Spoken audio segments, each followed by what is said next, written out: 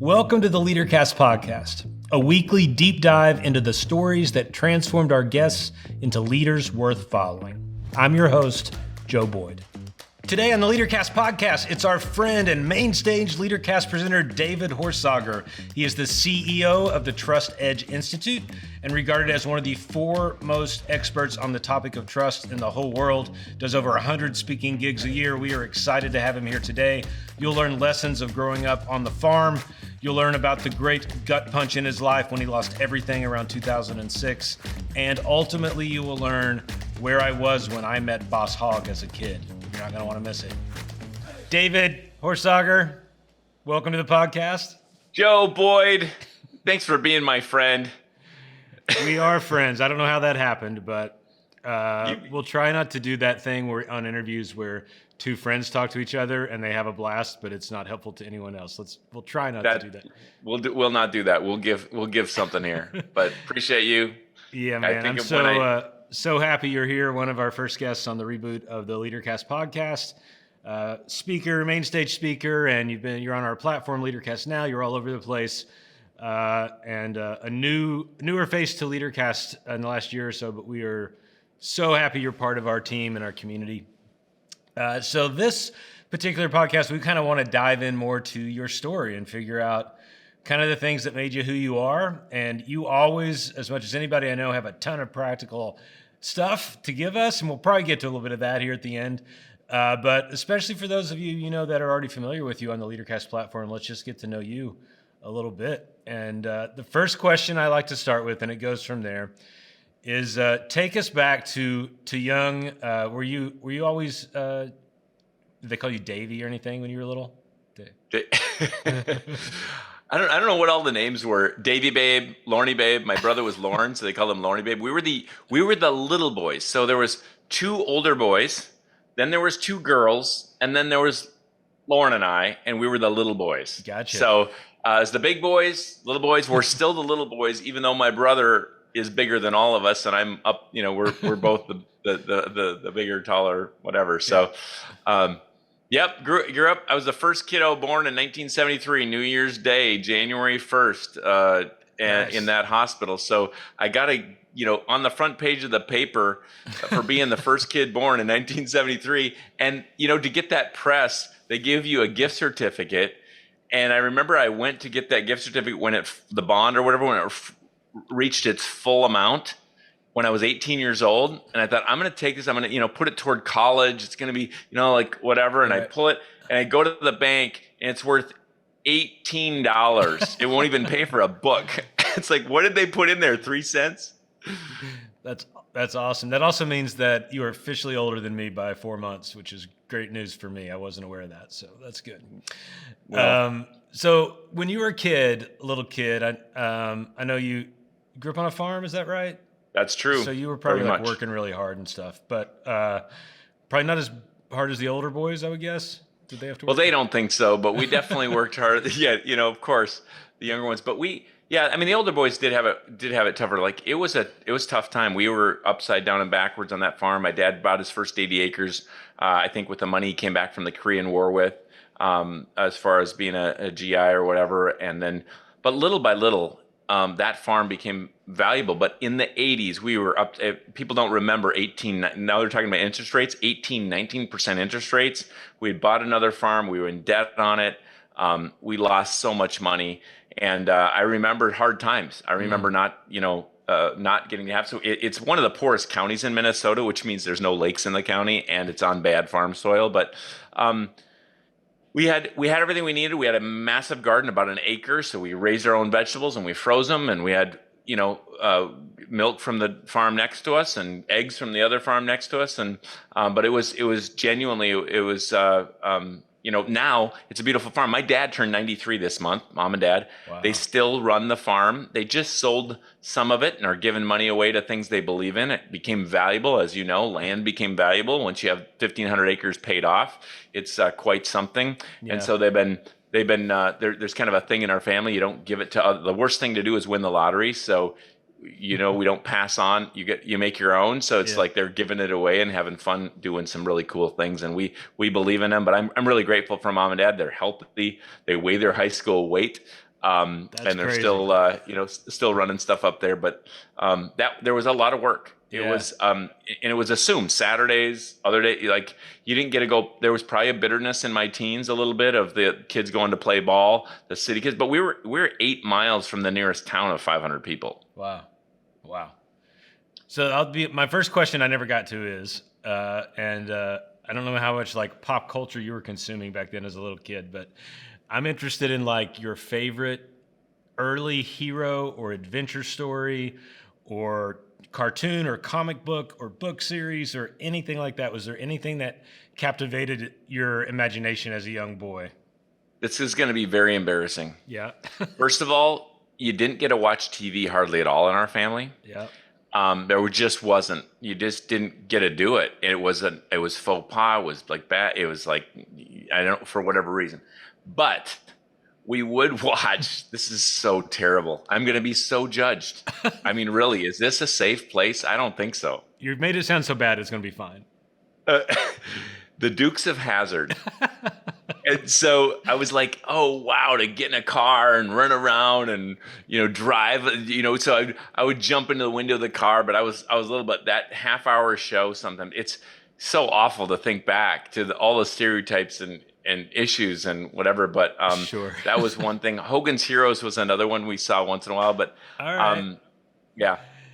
I love that, man. I was, we're the same age, we just discovered for sure. But like, I remember playing Dukes of Hazzard at recess in elementary school, which was just little kids running around pretending to drive cars. And I met Boss Hogg. I don't know if that makes you jealous, but when I was like 10 years old, he came to Camden Park, which is this kind of smaller, might still be there, I'll say nice things, nice little amusement park in West Virginia. And my parents drove me, and he was there in his outfit in front of his car.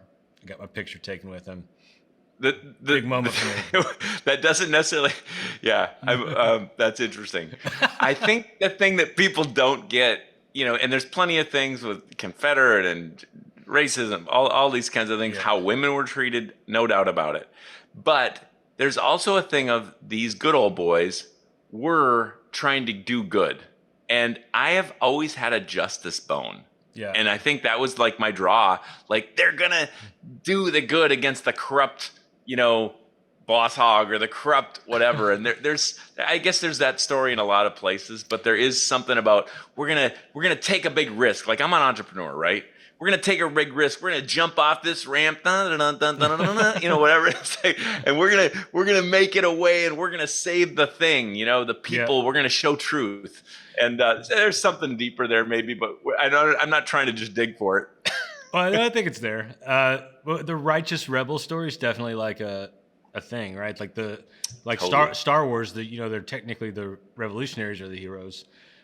So that's in these stories for sure, and that was a very maybe not the deepest one, but a very popular one there in the late 70s. If I was going to think we were going to talk about something meaningful on this, that would have what we just talked about would have never come to mind. Perfect. That's the goal. What we don't know yet is if listeners care, but right. That's my goal. But I do it on purpose because I think we all get captivated by some sort of stories when we're younger. It's just the way, and they do kind of like begin to shape us, or at least point us in a certain direction. And our early people that we associate as heroes, like you said, start to lay the groundwork. If nothing else, now that we're older, we can see it, right? That we started to be drawn towards those sort of the justice, vigilantes, the rebels in that story or whatever it is.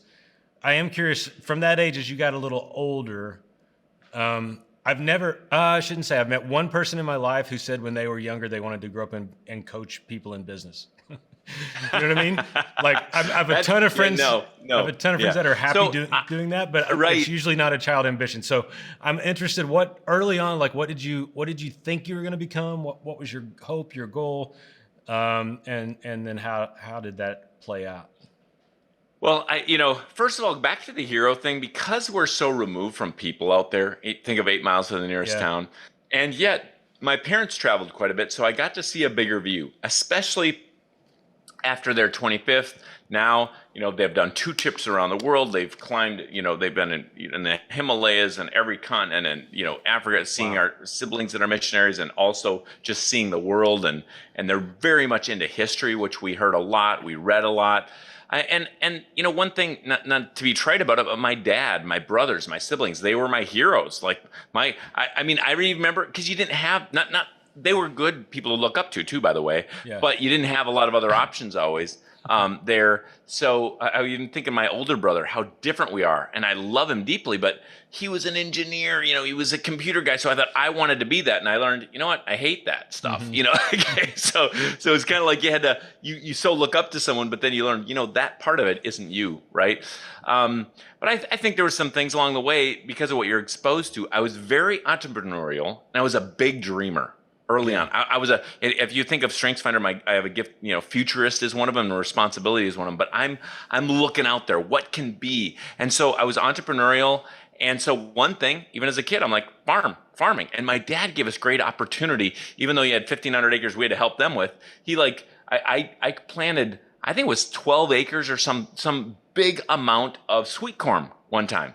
And then I raised the sweet corn, and I went in and tried to sell it to the store. And I learned how much work it was to make nothing. I mean, it's like a dozen sweet corn, and they'll pay you 75 cents, and you're picking and you harvest, weeding. And it was like crazy. And then it went bad, and then you had mold on it, and then whatever. But I think there was a time when I thought farming and ranching in a certain way would be really amazing, but I actually didn't love all the work of it. Yeah. So I was always making these drawings of how could you have robots do this, and how could you have this happen, but do that. But I think farming, I was really into sports. That was one of the things you talked about, the difference. The older kids, actually, harvest season, planting season, they could pick one sport in the year, fall, spring, or winter, and they had to help on the farm the other rest of the time. Yeah. And I was at a time when I got to be a three to four sport athlete, and be in sports all the time, and I loved it. It didn't mean we didn't have to work the rest of the time. We did work very hard. In the summers, we'd get up before school and be out doing things. But there was a difference in the times. And anyway, I think I looked up to them. My parents were entrepreneurial in other ways, even though they had earlier been teachers before they decided to kind of lose money on the farm for a while. And so later, my dad, I saw how entrepreneurial and how creative he was, and how that farm became so valuable because he was hardworking and also willing to pivot and try things. Hey, we're gonna try planting seagrass for golf courses and raise this, and we're gonna plant dry edible beans. Only soybeans had been raised up there, and they did very well. And we're gonna pivot and think and grow. And so there was something about entrepreneurism. And then later, I had a transformational experience at a camp. I loved sports camps, Christian camp, the summer camps, and so I thought about in my mind later. Being a kind of a camp director, and that was a part of me seeing the difference that happens when people get away. Yeah, and it's part of who I am today, and seeing speakers there and some of that kind of thing. And so one thing led to another there, and later I worked for Kanakuk camps and other camps, and directed K-Life and other things. So anyway, that was some. There's probably more dreams in there with sports. Well, one of the things it's interesting that this is an experiment we wanted to try to really see what folks' dreams were early on and how they've played out. And it is sort of remarkable how it's never what you think, right? But it always sort of is what you thought it would be. It's just not in the package you thought it would be in. But it is interesting how, I think I tell my kids that you don't need to know what you want to do, but you got to pretend enough to walk a certain direction. Because you'll find it as you walk, right? Yeah. Stepping forward in faith, I think it's really interesting to look back on how much I speak now. Now, I run Trust Edge Leadership Institute, and we have these much bigger ways we try to transform countries and companies, and with our enterprise trust index and measurement tools and research and equipping and certifying people to drive trust in their company, and kind of this bigger side of the company. And yet what I do other than kind of being chief visionary, is I speak at about 100 conferences around the world every year. I'm speaking, flying today, as we said, I talked to you earlier. It's like, and so now going back the thread of just that part of it, I was in a 4-H speaking contest growing up every year, and I was affirmed for it. I would win in our county a lot. In the state, the winner of state of about 2,000 kids gets a all expense paid trip to Israel, because it was sponsored by the Jewish Community Relations Council or something. Yeah. They wanted to increase relations. And so funny enough, I got second in the county that year. And I thought, I'm going to work on this a little bit. I got second in districts, but the top 2 keep going forward. And finally, through a bunch of stories and a bunch of coaching, I ended up winning state and going to Israel. And I had a big thing of how much I love to travel, and thought it would be so cool to be able to travel. And so, but then winning state, and then people asked me to speak at the different youth events early on, and being affirmed in that speaking is interesting. That a speaking is a part of that thread, even though I also have pushed back against kind of cheesy motivational speakers without depth. Like, that's why the research piece comes in. Right, like, I got to prove myself. Yeah. So I don't know. You're a road warrior, man. You're, I've done a lot of speaking in my life, but never that much. And it's cool. I know it can be tiring, I'm sure. And you're wired for it. Your personality's wired for it too. You can get up for it without a lot of caffeine. Like, you're ready to go. I do. I'm really passionate about what I talk about. People say, when are you going to talk about something other than trust? You were here before other people. You've been researching and trust before anybody knew about it. When are you going to talk about something else? I'm like, never. I mean, I'm so passionate about that. As you know, it was in jest, but the whole thing, we did the one thing last year, and like, well, the one thing is, of course, trust. Yeah, right. but I'm very intentional, by the way. So, like, one of my jobs in life is to be healthy physically. But when I lost 52 pounds in 5 months in 2011, knowing that I can't keep traveling this way. So one of my jobs is be healthy physically. One of them is be healthy emotionally. One of them is be healthy spiritually, and one of it be healthy family wise. So like I've got a trip coming up. My daughter will come with me. I've got, I think my wife goes with me. I've got ways we text with the family. I'm not perfect at any of this, by the way. I just have become quite intentional in some ways to have a healthy life in the midst of travel. And that's why some people would say, why you have so many people like doing, all these things. There's a lot of things I don't want to have to come back and deal with those details. So I've had assistance for things so that I could come back, be with the family or whatever it is. Cool, man. Let's get to the dirt. Every great story has a colossal gut punch. It has a failure or some significant pain that enters your life that transforms you. So I wonder, when you think about your story, I'm not trying to force you to be more vulnerable than you'd like to be, but was there a moment or a season that sort of felt like, we call it in our mythic language, you call it facing the dragon or entering the cave in story theory world, right? Do you know what that is when I first ask you that part of your life? I know several of them, but I know of one significant one. And there's more probably. I grew up relatively safe, happy, positive family. That's my story. I mean, I can't at first I thought I don't have a story to share to youth because I didn't grow up, on drugs and whatever. But my story there was relatively good. I think because if people speak Enneagram, I'm a 3. So there's this thing of in my worst, I gotta achieve that. And so Lisa and I, we're on staff with K-Life, and you got like $1,200 a month or whatever it was, and so after 4 years there, we decided we're going to start our own thing. And I'd been asked to speak more. So with one church saying they would give us $500 for me to come up and speak, we moved back from Arkansas back to Minnesota for this event. And I said, we got to keep costs low. And so we found a place to live.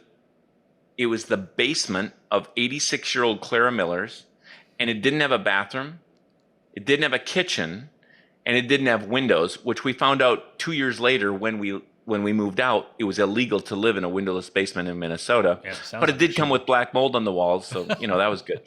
So we lived there for 2 years, but we struggled. I remember, so by that October, we threw everything we had into this business. We had $1.40 to our name, 80 cents in our home account, 60 cents in the business account. I remember sitting in front of a grocery store with my arm around my wife thinking, we don't have enough food to go in, or we don't have enough money to go get food. And that happened where we were broken. We had nothing. We were trying to get this going. And the kind of not funny truth about this is in that first decade from 99 to 09 in starting this business, we had that really happen 3 times. Wow. And we had nothing. I remember with the first book launch, before it became picked up by Simon & Schuster and bestseller and all that stuff, we're a no name, no nothing, right? Yeah. I remember there was this kind of launch party, and I just said, we look like we're successful. We look like things are like going a certain way, and we might lose our house this month. We might not be able to pay our mortgage this month. Yeah. And so that there was different times in that decade, but there was agony. There was the first I don't know. We finally moved into a duplex so that someone else was paying for part of the mortgage, and that was stress too, because having the right people in a duplex that you also live in one of the toughest parts of Minneapolis was was something else early on. But there was really tough times. I'm going to add to the magnificence of the challenge here, and that was right before one of my daughters was born. As an achiever, you're like, I got to provide. I mean, and as a number one strengths finder, high responsibility, I felt so responsible, and I felt like I wasn't. And I felt there was a time in there of feeling hopeless about this. And so I thought, how can I mitigate the kind of the risks of being tied to my speaking? You had 9/11 happen, so then all the conferences shut down. You had all these different things happen, and I would get some, and we'd make it, and we had some successes too in there. We had some successes, but then you'd have this tough thing happen or whatever. And so right before my 3rd child was born, I bought a company, and I mean, it wasn't like I was doing this behind hidden doors. Like, I showed my accountability group, I showed my friends, like, what do you think? So that we could still feeling called to speak some, but a way of providing, without beyond me, like in a way that would work. And it was anyway. So we'd kind of mitigate risk. Of course, I used all debt, like a line of credit, to buy this, right? Yeah. And line of credit was, moving target. It wasn't fixed rate. Yeah, right. So bought this. Within 2 weeks, I actually saw that this was not. They were lying to me. It wasn't true. And so I spent all this money on my line of credit against my house that I already was paying a mortgage on. And I mean, it was, I don't know if I have a time where I felt like, killing myself or something, but I mean, I was down, and I felt like I wasn't responsible. I felt like I didn't do, I wasn't making the right decision for my family. And one night I was sick to my stomach after all this. And we actually had inventory. Like, they sent the inventory, like minuscule amount of the whole check of what we really paid for, but to kind of keep us egged on, like, this is real, Yeah. And I finally, I just got up the next day, and I was so down before all this. And I got up the next day after being physically sick and feeling like I wasn't providing for family and everything else. And we got my wife's pregnant with 3rd kid, all these things. And 2 things happened. One, I took all that inventory and I gave it away to companies that could use it. Mm-hmm. I just said, I got to be done with this. I got to let go. We had called, these guys all ended up getting put to jail and all that later, but they didn't have any money left, so we never got a dime back, right? And they said, you want to be at the hearing? And I just had a moment I had to let go. Yeah. And I remember having basically no money again, and yet I was just like, our home was kind of a disaster. So we asked a friend came over to help us clean. And before this baby was born, and just kind of helped us, and she knew what we'd kind of been through. And they didn't have much money either. We knew that. And I had one place I had kept $100 bill. And I had nothing. The baby's going to be born, all this. And I took that $100 bill and I gave it to her. And she cried and accepted it. And I inside cried too. Because she accepted it. But I just remember a couple moments. But those two things, by the way, were tipping points for me of letting go, giving away, and trying to forgive, which took time. Yeah. But happened. And then we had, it was a start of a new move. I remember, because that happened in 2006, I think it was. And I just remember, I'm a New Year's baby, so New Year's Eve, they often like birthday or whatever, and I just tipped the glass and I just said, you know what, 2007, may it be more like heaven. And things did start to change, and we had a massive tipping point in kind of the end of 2009 and 2010 and with the company. But wow, man, thanks. And you told me a little of that, but I didn't know most of it. Thank you so much for opening up. I have like a bunch of follow-up questions, but I think the most important one I feel like is just somebody's going to be listening to this or watching this and be exactly there. They're going to be, it's going to be different, but the same. They're going to think like I've ruined everything. My life's a mess. I don't have any money. I took a big gamble and it did not work. Like right now, and they got to wake up tomorrow. So what's your best advice to folks that are just right in the middle of it right now? A few things would be, to me, that come to mind that helped is, one, take the next possible step. Keep taking it. Don't think of everything, but what's a step you could take? Number two, is there any part of this that you could let go of? That was I needed to let go. It changed me psychologically. Here's another example. We did a yard sale. Mm-hmm. And I had all these illusions. I'd produced some magic shows way back when. I just sold stuff 10 cents on the dollar. It was the dumbest way of making money. Like we could have waited longer to make money. Yeah. And I remember this other thing I wish I had back. We sold it for $12 or but we did this yard sale to make as much as we could to be able to pay for food that month and pay our mortgage. And it was diddly squat. I mean, I think we made $500 and it was worth, whatever. Yeah. And our mortgage, I think, was $700 and some or whatever. But that decision was the right thing. There was something happened psychologically by letting go to make it to the next month and letting go to make it to the next month. The third thing that I think was really important for us is not running from community. And when I just think, by the way, I've never talked about this stuff out loud. And it's not that I mind, but I don't think people care. And I don't often tell my stuff. I want to give them what they want. I'm not, it's just like, this is interesting that this is bubbling up. Yeah. I didn't have 3 points, but these are what came to me. I was like, I'm not trying to give a sermon. But I think that was critical, that I kept close to this group of guys that I was close to, other friends, and that I was open with what was happening. I think a lot of people close up, they hide it, they want to look a certain way. It took me, it was agonizing, but I was open. I'm stupid. I failed. I did the wrong thing. Like this was being open about some of those things and moving forward. Those guys came around me. I remember I needed a computer died. One of them bought me a computer for my business, so I would be able to still, try to get sales and make invoices, whatever. So I think sticking with close community that have your back and love and care. And I think a lot of people run from community in that kind of time, and I think that's a big, big danger, and that might have saved us, actually. Yeah. Well, thanks so much. I mean, my favorite thing is when someone accidentally says something on here. So that's. I've never said this before. Is my favorite. That's my love language, because I think that's the stuff.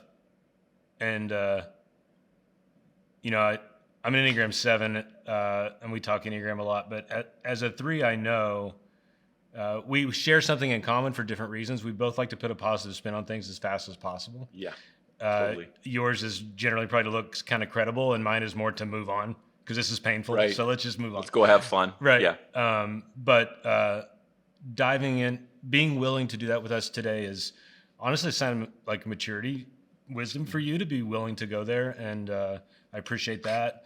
But it's, I have no doubt we're going to get people reaching out saying that's exactly what I needed to hear. And it's the way we're story creatures, and we sort of heal with each other's stories, and they give us hope. Even like our darkest stories give one another hope, you know? I think there's another thing that is a balance there, and that is on the community front. It took me a while to share some of that too. Yeah. Like, I think, but with my closest people, I could share it.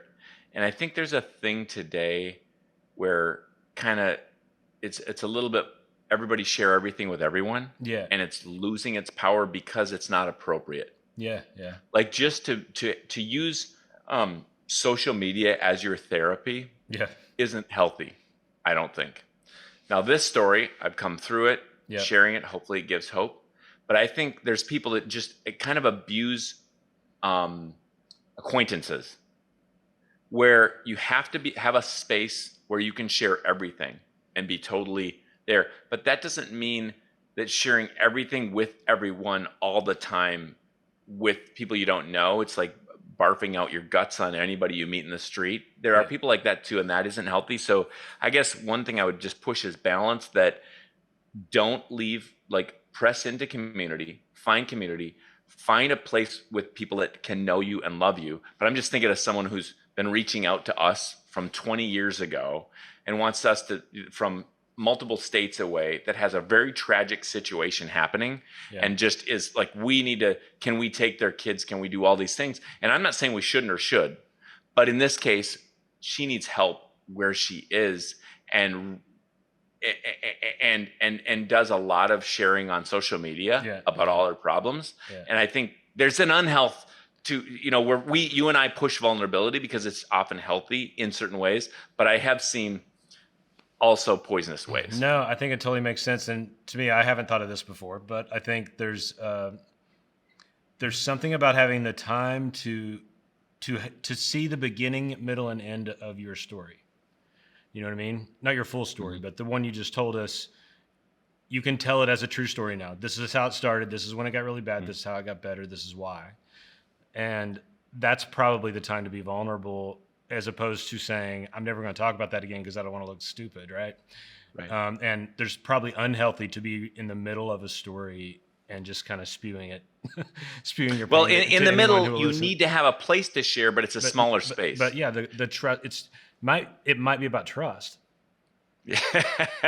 Do you think it could possibly be something? Well, this is interesting. So this is jumping a little bit, but I'm looking at the data. So we do a global study every year, Trust Outlook, not to all of a sudden go light and try to. So we're wrapping up. So go ahead, work a plug in if you can. So we got. I'm not trying to work a plug in. We got 2 minutes, but please do. Oh no. Okay. Well, really quick. There's a data that says 92% of people would trust their senior leaders more if they were more transparent and vulnerable about their mistakes. Yeah. So people will be transparent about how cool they are and how long they've been in business, but not about their mistakes.